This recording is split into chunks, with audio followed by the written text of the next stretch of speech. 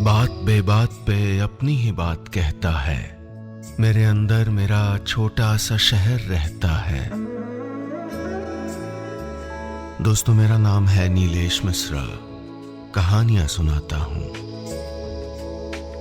Big FM पर आप सुन रहे हैं यादों का idiot box with Nilesh Mishra season 5। कहानियां जिनमें आप मिलते हैं खुद से।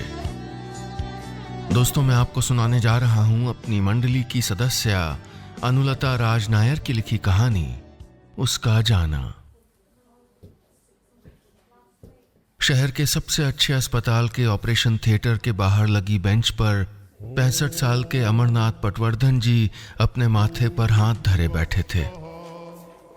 यह उनकी जिंदगी का शायद सबसे डरावना दिन था। उनके दोनों बेटे भी यहां वहां चहलकदमी कर रहे थे। अंदर पटवर्धन जी की पत्नी शारदा की सर्जरी चल रही थी। कॉरिडोर में लगे स्पीकर्स में लगातार गायत्री मंत्र बज रहा था, लेकिन वो इतने घबराए हुए थे कि उन्हें कानों में मंत्र की जगह अपनी ही धड़कन सुनाई दे रही थी और आंखों के सामने बेहद डरी हुई उनकी 63 साल की पत्नी की शक्ल ठहरी हुई थी। मुझे नहीं करवाना सर्जरी, मानो मेरा कहा, मत करवाओ चीर फाड़, मैं ठीक हूं ऐसे ही। कैसे बच्चों जैसे बिलख रही थीं वो। उनका डर देखकर एक बार तो अमरनाथ जी हंस पड़े थे। क्या ये शारदा बोल रही हैं? वो जो घर का सबसे मजबूत स्तंभ थी, जो उनका संबल थी। वो बहलाते हुए प्यार से बोले, अरे तुम तो मेरी झांसी की रानी हो, जो कभी हार नहीं मानती। मेरी अहिल्या बाई हो, जीजाबाई हो। शारदा ने तुनक्कर मुंह फेर लिया था, बिल्कुल छोटे बच्चे की तरह। बाबा बाबा, बेटे की आवाज से अमरनाथ जी का ध्यान टूटा। हो गया ऑपरेशन, सब ठीक है।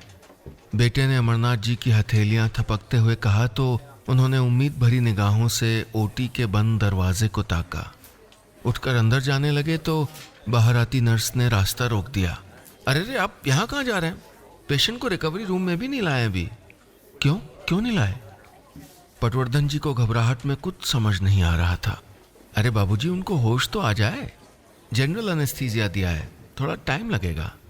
नर्स ने उनके कंधे थपथपाए और दोबारा अंदर गायब हो गई। पटवर्धन जी वापस बेंच पर आकर बैठ गए और पास रखा बैग खंगालने लगे। देखना, होश में आते ही शारदा पूछेंगी, आज मेरे विट्ठल को प्रसाद चढ़ाया कि नहीं? और उन्हें हमेशा की तरह बहाने बनाने पड़ेंगे। फिर वो पूछेंगी, बाहर चिड़ियों जानवरों के बर्तनों में पानी भर रहे हो ना, और मेरे पीछे से तुम मीठी चाय तो नहीं पीने लगे? अमरनाथ जी अपनी सोच पर मुस्कुरा दिए। बैग में से आंवले के अचार की खुशबू आ रही थी। क्या हुआ जो वो शारदा के विट्ठल जी को प्रसाद चढ़ाना भूले तो? उसकी चटोरी जीभ के लिए उसका मनपसंद अचार तो लाया हूं, देखना कैसे खुश हो जाएगी। 24 घंटे से मुंह में पानी की एक बूंद तक नहीं गई उसके। उन्होंने दीवार घड़ी की तरफ ताका। नर्स कह गई थी कि वक्त लगेगा। कितना वक्त? 2 घंटा बीत गया था, फिर 3, फिर 4। वक्त गुजरता जा रहा था। पता नहीं कब लाएंगे रिकवरी रूम में। अमरनाथ जी खुद से बातें करते जा रहे थे। तभी सफेद एप्रन पहने, गले में मास्क लटकाए एक जूनियर डॉक्टर आया और उनको अंदर बुलाकर ले गया। अमरनाथ जी तेजी से दौड़े। घुटनों का दर्द पता नहीं कहां चला गया था। अंदर पहुंचे तो वो सन्न रह गए। ओटी में सन्नाटा था। शारदा के शरीर से जुड़ी सारी मशीनें शांत पड़ी थीं। बस किसी डॉक्टर की आवाज उनके कानों में पड़ी, I am sorry mister Patwardhan, she is no मोर।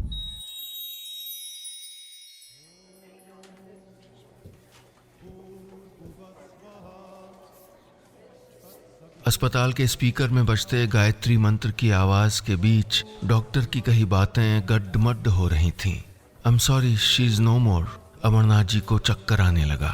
बड़ा बेटा श्रीकांत चेहरे पर पानी छींटने लगा और छोटा बेटा श्रीधर उनकी हथेलियां मलने लगा। अमरनाथ जी आगे झुके और बिस्तर के किनारे सर रखकर सिसक पड़े। शारदा बेजान पड़ी थी। शरीर में एक जरा सी हरकत नहीं, न बच्चों की पुकार पर न उनकी। उन्हें कुछ समझ नहीं आ रहा था कि ये क्या हो गया। काश उन्होंने शारदा की बात मान ली होती, ना कराया होता ऑपरेशन। थोड़ी तकलीफ सहती रहती, मगर ये हाल तो ना होता। लेकिन ऑपरेशन तो ठीक हुआ था ना, फिर क्या हुआ? पूछता हूँ डॉक्टरों से। बड़बड़ाते हुए वो उठकर डॉक्टर के चेम्बर में जाने लगे तो नर्स ने रोक दिया। अरे अरे, अंदर कहाँ जा रहे हैं आप? अभी बिजी हैं डॉक्टर साहब। अमरनाथ जी अचकचाकर वहीं रुक गए। उनके चेहरे से लाचारी टपक रही थी। अब क्या करें और पूछें तो क्या पूछें? अस्पताल की हरे पेंट से पुती दीवारों और गलियारों को तो रुदन और चीखें सोख लेने की आदत होती है। अमरनाथ जी वहीं बैठे शारदा की सर्द हथेलियां मलते पता नहीं कितनी देर से सकते रहे। माफी मांगते रहे उनसे, अफसोस मनाते रहे।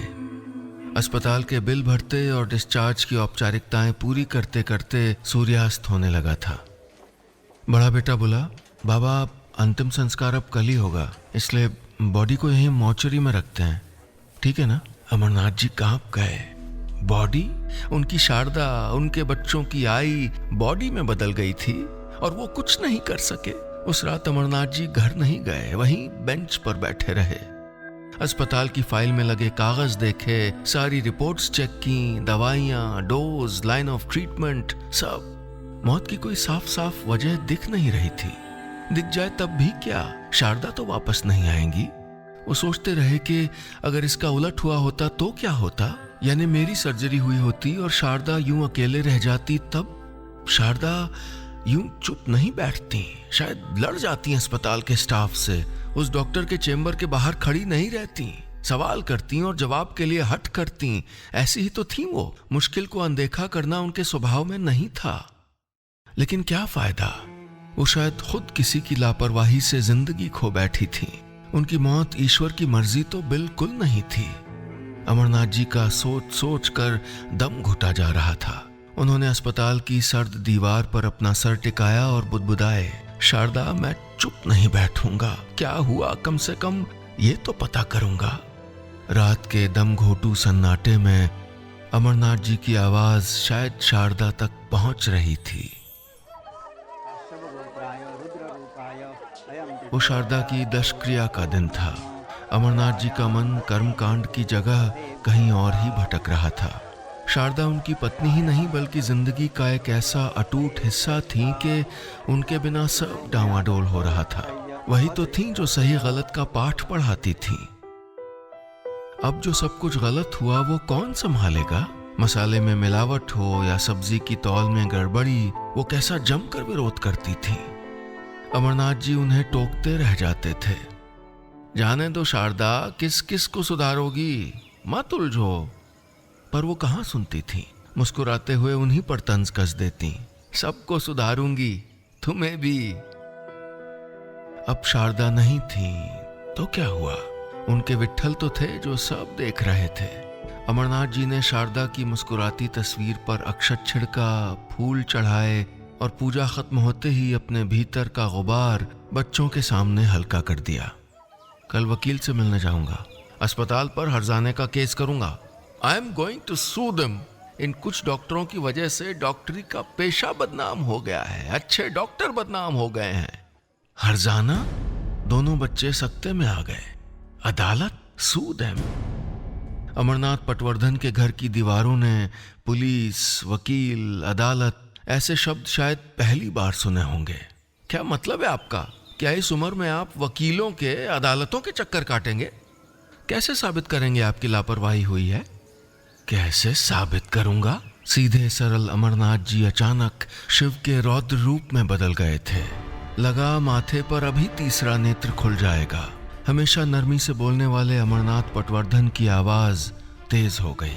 मैंने बात की है अपने परिचित डॉक्टरों से, रिपोर्ट्स दिखाई हैं उनको। हवा में नहीं बोल रहा हूं मैं। उन डॉक्टरों ने कहा है कि शारदा के इलाज में लापरवाही हुई है। मैं मुकदमा करूंगा, मैं लड़ूंगा, अस्पताल से मैं कॉम्पनसेशन मांगूंगा ताकि इनको सबक मिल सके। तुम लोग साथ दो या ना दो। जैसे किसी युद्ध का ऐलान करके अमरनाथ जी अपने कमरे में बंद हो गए। वो जानते थे कि यह फैसला भी किसी युद्ध से कम नहीं है। दांव पेच समझने होंगे, मंत्रणा करनी होगी। ये केस जीतना इतना आसान नहीं होगा। लेकिन हार जीत से परे कुछ लड़ाइयां हम अपने भीतर के दुख को मारने के लिए लड़ते हैं। अंग्रेजी के लेक्चरर अमरनाथ पटवर्धन ने सारी उम्र ओ हेनरी और वर्ड्सवर्थ से ज्यादा कुछ नहीं जाना न समझा, लेकिन अब उन्हें अपने भीतर वकालत के गुर सीखने की कुलबुलाहट महसूस हो रही थी। अमरनाथ जी के सिरहाने अब कागजात का ढेर लगा रहता था, जिसके पीछे उनकी परफेक्ट फैमिली वाला फोटो फ्रेम कहीं छिप गया था। शारदा जी की मोटी सी मेडिकल फाइल उनके जख्म कुरेदती रहती। वो अलट पलट कर उन पन्नों को देखते रहते। अदालत में केस करने के अलावा और भी कई औपचारिकताएं उनके सामने मुंह फाड़े खड़ी थीं। शारदा जी के बैंक अकाउंट्स, बीमा, पेंशन सब सेटल होने थे। हर जगह अमरनाथ जी को अपने जिंदा होने का सबूत और शारदा का डेथ सर्टिफिकेट चाहिए था। वो तैयार होकर घर से निकलने लगते तो आंखों के आगे बेटों के बिगड़े चेहरे नजर आते। उनका कहा कानों में गूंज जाता, बाबा वकील की फीस जानते हैं कितनी होगी? अंदाजा है कुछ? जो थोड़ी बहुत जमा पूंजी बाकी है वो भी उड़ जानी है बाबा। छोड़िए ये बदले बदले की जिद, हम जैसे मिडिल क्लास लोगों के बस का नहीं है ये। लेकिन अमरनाथ जी ने सब अनदेखा अनसुना कर दिया था। वो जानते थे कि वो जो कर रहे हैं सही कर रहे हैं। जानते थे कि 10 दिन के कर्मकांड, गरुड़ पुराण का पाठ, अस्थि विसर्जन ये सब शारदा को मुक्त नहीं करेंगे। उनकी पत्नी की रूह कैसे मुक्त होगी ये वो अच्छी तरह समझ गए थे।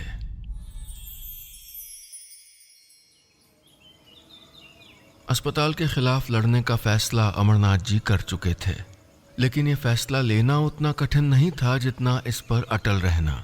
बहुत सी मुश्किलें थीं, अड़चनें थीं। बेटों का रवैया भी उनको दुखी कर रहा था। लगा शारदा की तमाम नसीहतें बेकार चली गईं। उनके जाते ही उनके दिए संस्कार भी राख करके जैसे क्षिप्रा नदी में बह गए हों। जान पहचान वाले, पड़ोसी, रिश्तेदार सब यही सलाह देते रहे कि कोर्ट कचहरी के चक्कर में ना पड़ा जाए। अगले दिन ठीक 11 बजे अमरनाथ जी अपने एक डॉक्टर दोस्त के सुझाए वकील के चैम्बर में पहुंच गए। कीमती किताबों से सजी कांच की बुकशेल्फ के सामने रखी रिवॉल्विंग चेयर पर वकील साहब बैठे थे। उनके दूसरी ओर तरह तरह के क्लाइंट्स और अलग अलग तबके के लोग। किसी को जमानत लेनी थी, कोई अपने ही पिता के खिलाफ केस करना चाहता था। एक माँ अपनी छोटी सी बेटी के साथ हुए अन्याय की शिकायत करने आई थी। अजीब सा माहौल था, घुटन भरा।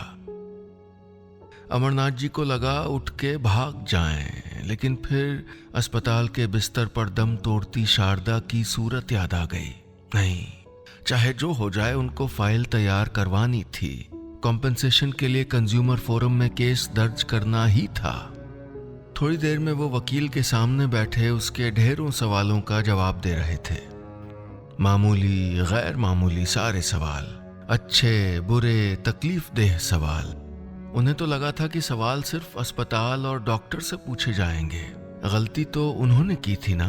अब अमरनाथ पटवर्धन जी के दिन या तो अदालत और वकील के चैम्बर के चक्करों में कट रहे थे या फिर तरह तरह के कागजों की फोटोकॉपी करवाने में। पता नहीं कितनी औपचारिकताएं थीं, कितने ही डॉक्यूमेंट्स जमा करवाने थे। ये सब जितना उन्होंने सोचा था उससे भी ज्यादा मुश्किल था। हर बात का सबूत चाहिए था, गवाहियां चाहिए थीं। सच को सच साबित करने में इतनी मशक्कत लगेगी ये उनकी समझ से बाहर था। खैर, सारी तैयारियों के बाद केस फाइल हो गया। अमरनाथ जी को लगा जैसे आधी जीत हासिल हो गई। पता नहीं कितने दिनों बाद उन्हें गहरी नींद आई होगी। शायद कोई अच्छा सा ख्वाब देख रहे थे कि उनके फोन की घंटी बजी। इतनी रात को? अमरनाथ जी घबरा के अपना चश्मा खोजने लगे। हड़बड़ा कर बेड स्विच पर हाथ मारते हुए फोन उठा लिया। वो यहाँ से हेलो बोलते उससे पहले उस तरफ से एक कड़कती आवाज आई। कोई उन्हें धमका रहा था कि वो अस्पताल के खिलाफ किया गया केस वापस ले लें, कि वो जानते नहीं कि वो किससे मुकाबला कर रहे थे, और ये भी कि वो चाहे जो कर लें वो ये केस कभी जीत नहीं पाएंगे। अमरनाथ जी कांप गए। जिंदगी में पहली बार कोई उन्हें इस तरह धमका रहा था। उन्हें डर लगा था, बहुत डर, और पहली बार उनका विश्वास डगमगाया। क्या अकेले चलकर मंजिल तक पहुंच पाएंगे? अगले दिन अमरनाथ जी सुबह सूरज उगने से पहले ही उठ गए। रात भर सोए ही नहीं थे। रात को फोन पर मिली धमकी से डरे नहीं, मगर परेशान जरूर थे। सर्दियों की सुबह बोरिंग के ठंडे पानी से नहाकर पूजा में बैठ गए। भीतर शायद ये उम्मीद थी कि शारदा के विठोबा उनकी भी मदद करेंगे। लगा जैसे शारदा की आवाज उनको सुनाई दी, विठ्ठल विठ्ठल विठ्ठला हरि ओम विठ्ठला। पूजा के बाद रसोई में जाकर उन्होंने अपने लिए चाय बनाई और अखबार लेकर बैठ गए। ये उनका और शारदा का दिन भर का सबसे अच्छा वक्त होता था। आपस के गिले शिकवों से लेकर बच्चों, नाते रिश्तेदारों और आस पड़ोस सब की बातों का वक्त। रिटायरमेंट के बाद तो अखबार की सारी पहेलियां भी साथ भरी जाने लगी थीं। एक अक्षर अमरनाथ जी जोड़ते तो दूसरा शारदा, दोनों मिलकर मुकम्मल शब्द बना लेते। अमरनाथ जी के हलक में भंवर सा उठने लगा। कितना मुश्किल था किसी के न होने के सच को स्वीकार कर पाना। आज उनके केस की पेशी थी। मन में तरह तरह की कुशंकाएं जन्म ले रही थीं। उन्होंने आज शारदा के विठ्ठला को भोग भी लगा दिया था, मक्खन मिश्री का। उनके कांपते कदमों को आज एक लाठी की जरूरत महसूस हो रही थी। 9:30 बजे नाश्ता करके घर में ताला लगाकर अमरनाथ जी अदालत की तरफ चल दिए। अदालत में ज्यादा भीड़ नहीं थी। अमरनाथ जी ने कलाई पर बंधी घड़ी देखी। शायद बहुत जल्दी आ गए थे। वो एक तरफ लगे बड़े से बरगद के नीचे जाकर बैठ गए। इतना अकेला उन्होंने खुद को कभी नहीं पाया था। वो अनमने हो रहे थे। अपनी तरफ आता हर आदमी उन्हें अस्पताल से भेजा कोई गुंडा लग रहा था, जो अभी आकर उनको धमकाएगा और उनके हाथ से फाइल छीन लेगा या उनका चश्मा छीन लेगा या मारने लगेगा। अरे अमरनाथ जी, आप पहुंच भी गए इतनी जल्दी? अपने वकील की आवाज से अमरनाथ जी चौंके। वो जल्दी जल्दी माथे पर रिसाई पसीने की बूंदें पोंछते हुए वकील के पीछे चल दिए।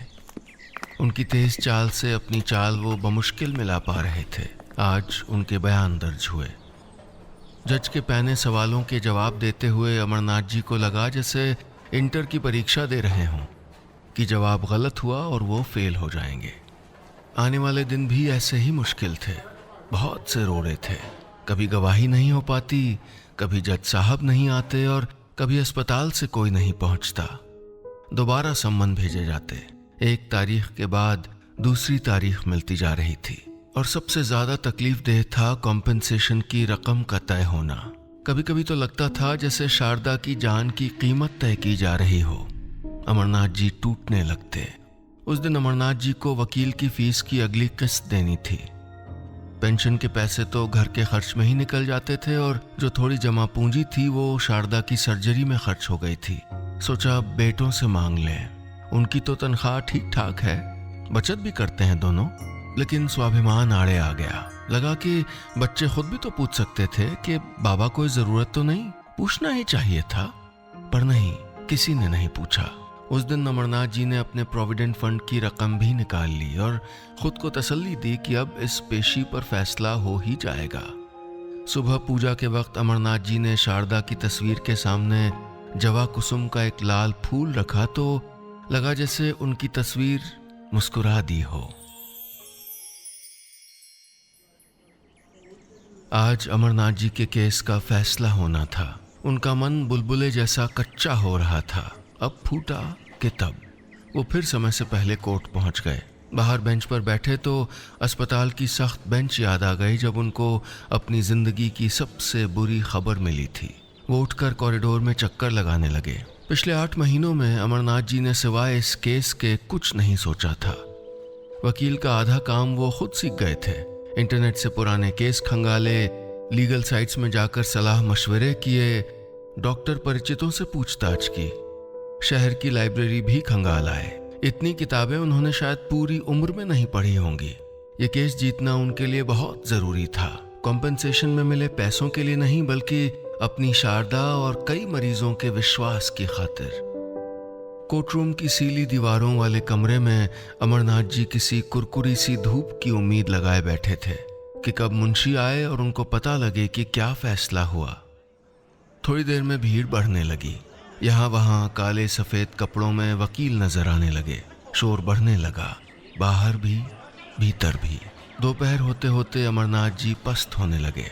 पता नहीं कितने इम्तिहान, कितना सब्र, और ये न हो कि लोगों को ये कहने का मौका मिल जाए कि हमने तो पहले ही कहा था।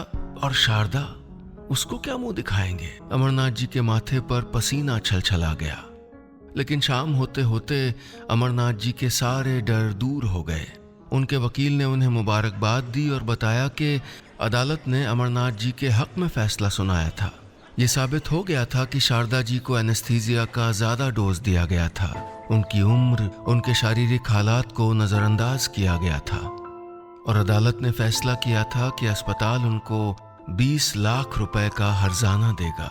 अमरनाथ जी कोर्ट से निकलकर घर नहीं गए। वो क्षिप्रा के घाट पर जाकर बैठ गए। गोधूली बेला में चिताओं की ठंडी राख यहाँ वहाँ उड़ रही थी।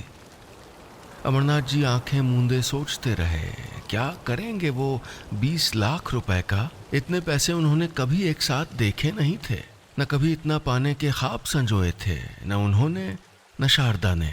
उनके पास तो बड़े सस्ते में खुशियां मोल लेने का मंत्र था, लेकिन ये केस उन्होंने पैसे के लिए कहाँ लड़ा था? ये फैसला तो उनकी शारदा का पिंडदान था। रात गहराने लगी थी। घर आकर अमरनाथ जी भीतर नहीं गए, वहीं बाहर पड़े झूले में बैठ गए। लंबे सफर के बाद जैसी थकान महसूस कर रहे थे। आंखें बंद करके अपने पैरों से झूला झुला दिया। ऐसा लगा जैसे शारदा उनके करीब आकर बैठ गईं और गुनगुना रही हों, विठ्ठल विठ्ठल विठ्ठला हरि ओम विठ्ठला, पांडुरंग विठ्ठला हरि ओम विठ्ठला। शारदा जी के लगाए फूलों की महक बागीचे में फैल रही थी। अमरनाथ जी झूले को और ऊंचा उठाते जा रहे थे, इतना ऊंचा कि उसकी पींगें उनकी शारदा जी तक पहुंच जाएं।